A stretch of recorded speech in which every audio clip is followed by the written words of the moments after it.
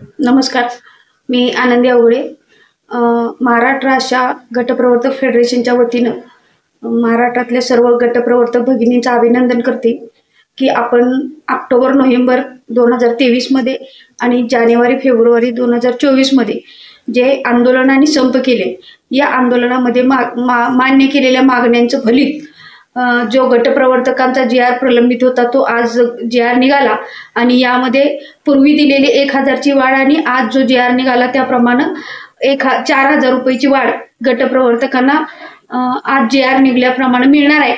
या वाढीचं आपण स्वागत करतो, परंतु आपली खरी मागणी 10,000 रुपये गटप्रवर्तकांना मिळावे अशी होती आणि मुख्यमंत्र्यांनी स्वतः ते मान्य केलं होतं, परंतु दिली नाही आणि त्यामुळं महाराष्ट्रातले सर्व गटप्रवर्तक नाराज आहेत.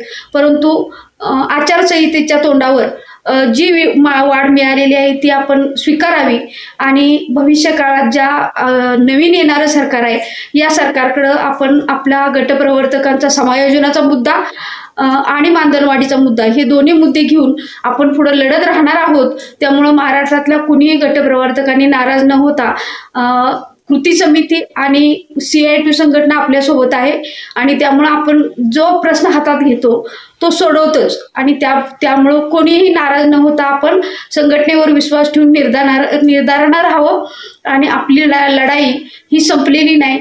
तर आपण समायोजन झालं पाहिजे, परमनंट कर्मचारी झालं पाहिजे, यासाठी राज्य पातळीवर आणि केंद्र पातळीवर सुद्धा आपली संघटना पाठपुरावा करत आहे. यामध्ये आपण सक्रिय सहभागी घ्यावा, या लढाईमध्ये सामील व्हावं आणि आपल्या हक्क आणि मागण्या मिळवून घेऊन आपण आपलं जीवन सुख करावं असं आवाहन मी आजच्या या गटप्रवर्तकांच्या निघालेल्या जी-आरच्या निमित्तानं महाराष्ट्रातल्या सर्व गटप्रवर्तकांना आवाहन करीन. धन्यवाद. नवनवीन घडामोडी आणि ताज्या बातम्या पाहण्यासाठी जनशक्ती यूट्यूब चॅनेलला सबस्क्राईब करून बेल आयकॉनवर क्लिक करायला विसरू नका. धन्यवाद.